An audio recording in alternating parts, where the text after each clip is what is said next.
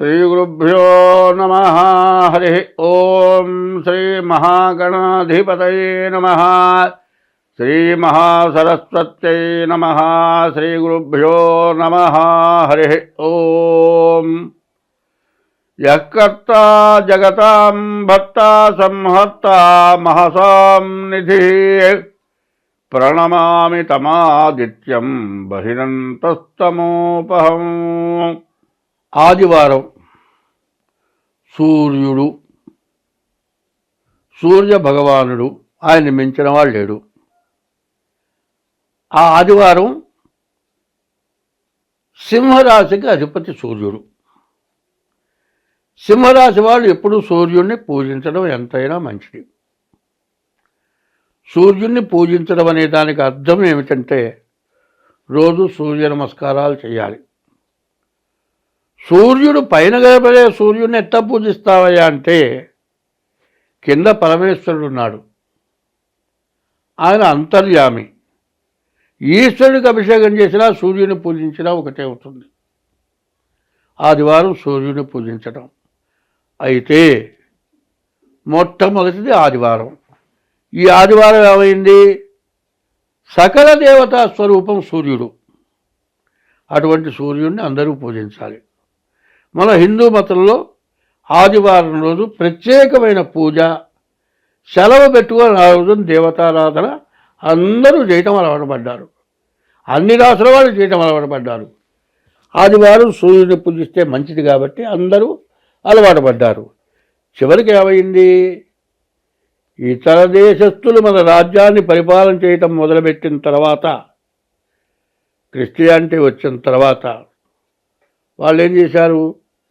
చర్చిలో ఆదివారం రోజున అందరికీ అన్నం పెట్టడం, వాళ్ళకి ఇష్టమైన ఆహారం పెట్టడం అలవాటు చేశారు. ఏమైంది? ఆ రోజున ఖచ్చితంగా మాంసాహారం చేయవాళ్ళే అక్కడికి వెళ్ళటానికి అలవాటు పడ్డారు. ఆ రోజు ఏమైంది? మన హిందూ సాంప్రదాయమైన దేవతను పూజించడం మానుకుంటం కోసం వాళ్ళు ఆ పని చేశారు.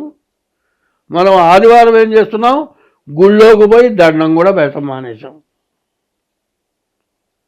మొట్టమొదట మన మతానికి వచ్చిన చెడు అదే. అన్నిటికంటే కాళ్ళు బాగుంటాయి కదండి. కాళ్ళు లేకపోతే ఎందుకు పనికి వస్తా? కాళ్ళని నరికేసిన పని చేశాడు. కాబట్టి ప్రతి వాళ్ళు కూడా శనివారం నేను మాంసం తిన్ను అంతం కాదు. అసలు మాంసాహారం తింటమే మంచిది కాదు ఇప్పుడున్న పరిస్థితుల్లో.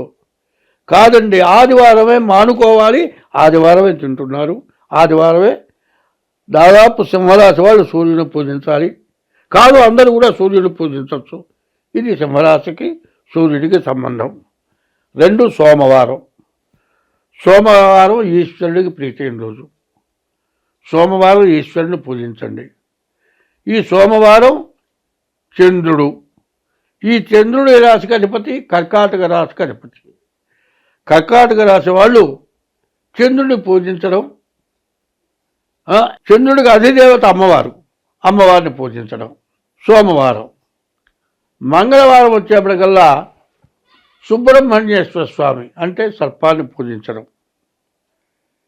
మంగళవారం కుజుడు భూమికి అధిపతి. భూమి వల్ల సర్వం వస్తున్నాయి కాబట్టి మంగళవారం ఏంది? మేష వృశ్చిక రాశుల వాళ్ళు అమ్మవారిని పూజించాలి. మేష వృశ్చిక రాశులకి కుజుడు అధిపతి అంటే అంగారకుడు. అట్లాగే బుధవారం ఉంది. కన్యా మిథున రాశులకి బుధుడు అధిపతి. ఈ కన్యా మిథున రాశుల వాళ్ళు ఈ బుధుడిని పూజించడమే కాక బుధుడికి అధిపతి శ్రీ మహావిష్ణువు. విష్ణువుని కూడా పూజించాల్సి వస్తుంది. తర్వాత గురువారం వచ్చేప్పటికల్లా ధనుర్మీనాల రాశులకి గురువు అధిపతి. వాళ్ళు గురువారం గురువుని పూజించాలి. తర్వాత శుక్రుడు ఉన్నాడు. ఈ శుక్రుడు అనేటువంటి గ్రహం తులా వృషభయోర్భృగు. తులా వృషభ రాశులకి శుక్రుడు అధిపతి. ఈ తులా వృషభ రాశుల వాళ్ళు శుక్రుడిని పూజించాలి. తర్వాత తులా వృషభయోర్భృగు, మకర కుంభాలు. ఈ మకర కుంభాలు ఏంటి? శని అధిపతి, వాళ్ళు శనిని పూజించాలి.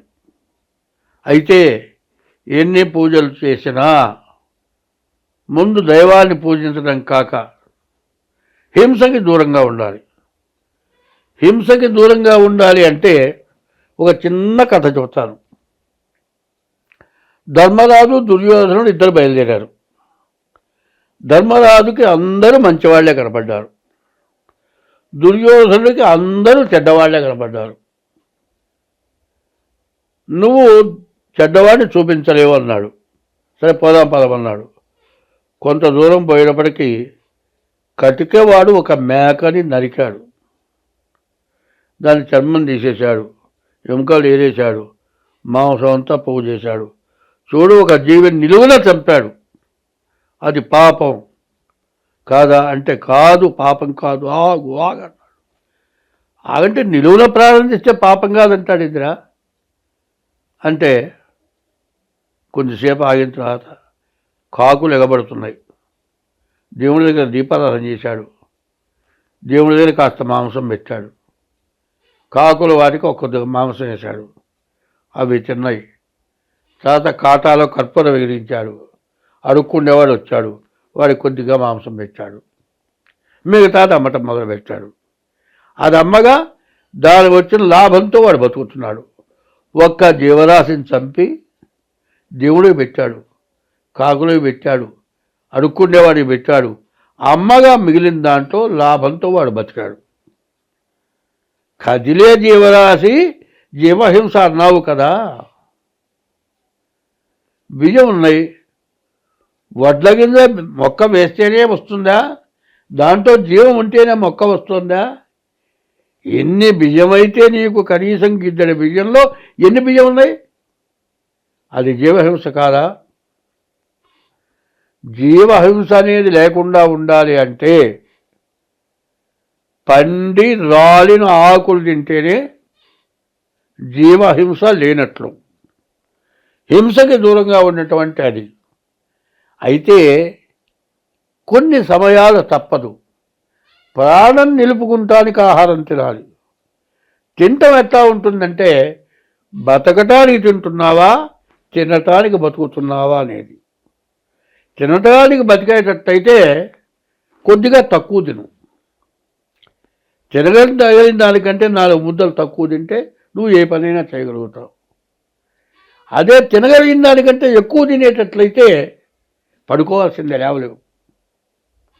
అది బతకటానికి తింటాం, బతకటానికి తినేటైతే తక్కువ తినాలి.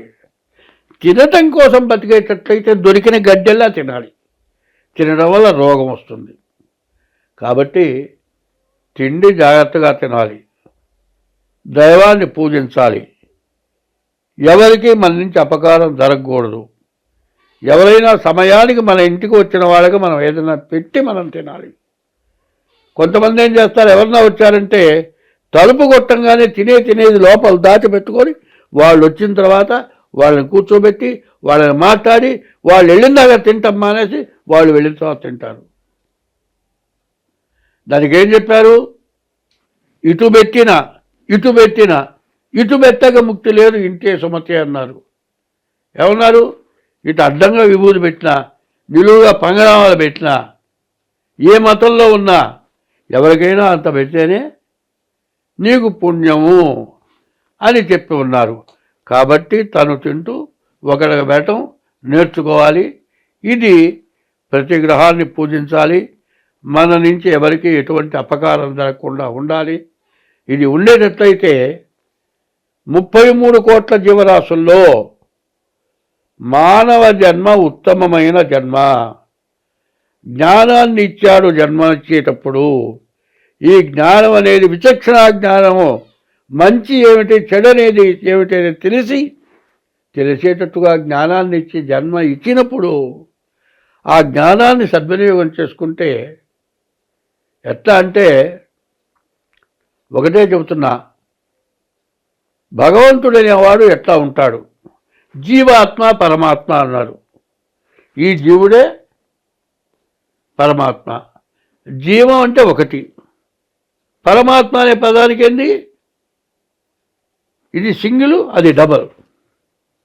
పరమాత్మ ఎట్లా అవుతున్నాడు, ఈ కొన్ని జీవులు ఆయనలో ఐక్యమైతేనే పరమాత్మకి శక్తి వస్తుంది. నీకు అన్నం తింటే ఎట్లా శక్తి వస్తుందో, భక్తుడు ఆయనలో ఐక్యమైతే ఆయనకి శక్తి వస్తుంది. నీకు అన్నం తింటే శక్తి వచ్చినట్లే ఆయనకు కూడా వస్తుంది. కాబట్టి భక్తుడు పరమాత్మని, దేవుణ్ణి పూజించేటట్లయితే ఆ భక్తుడి మీద, భక్తుడి కంటే భగవంతుడికి భక్తుడి మీద విపరీతమైన ప్రేమ ఉంటుంది, వాడిని రక్షిస్తాడు. అందుకే భగవద్గీతలో అరణ్యాశ్చింతయంతో మాం ఏ జనా పర్యుపాసతే తేషాం నిత్యాభియుక్తానాం యోగక్షేమం వహామ్యహం. నువ్వు తప్పితే నాకెవరూ లేరు. ఎందుకంటే తల్లిదండ్రులు, భార్య, తనయులాప్తులు, బావమరదులన్నలు, మేన మామగారు, ఘనముగా బంధువులు కలిగినప్పటికైనా తాను తర్లగా వెంట తగిలిరారు. యముని దూతలు ప్రాణం అపహరించకపోవా మమతతో పోరాడి మాన్పలేరు. బలగమందరూ దుఃఖపడుట మాత్రమే కాని ఇంచుక ఆయుష్యం ఇవ్వలేరు. చుట్టముల మీద భ్రమతీసి చూరచెక్కి సంతతము నిన్ను నమ్ముట సార్థకంబు. భూషణ వికాస శ్రీ ధర్మపుర నివాస దుష్ట సంహార నరసింహ దురిత దూరాని. ఇది తెలుగులో పద్యం. అదే భగవద్గీతలో అనన్యాశ్చింతయంతో మాం ఏ జనా పర్యుపాసతే తేషాం నిత్యాభియుక్తానాం యోగక్షేమం వహామ్యహం. నాకు మార్గం చూపించేవాడే నువ్వే, నన్ను తరింపజేసేవాడే నువ్వే అని ఆయన్ని పూర్తిగా ఎవడైతే నమ్మి ఆయన ప్రార్థిస్తూ ఉంటాడో వాడిని నేను ఎప్పుడూ రక్షిస్తూ ఉంటాను అని కృష్ణ పరమాత్మ చెప్పాడు. కాబట్టి ఎన్ని కష్టాలు వచ్చినా, ఎన్ని బాధలు వచ్చినా ఎవరి దేవుణ్ణి వాడు పూజించుకోవచ్చు, కానీ ఇతర దేవుణ్ణి విమర్శించొద్దు. నా దేవుడు ఎక్కువ, నీ దేవుడు తక్కువ అనేటువంటి విమర్శ వద్దు. నీ మంచి నువ్వు నేర్చుకో, నీ మంచి నువ్వు ఉపయోగించుకో. అవతల వాడిని చెడుగా విమర్శించవద్దు. స్వస్తి.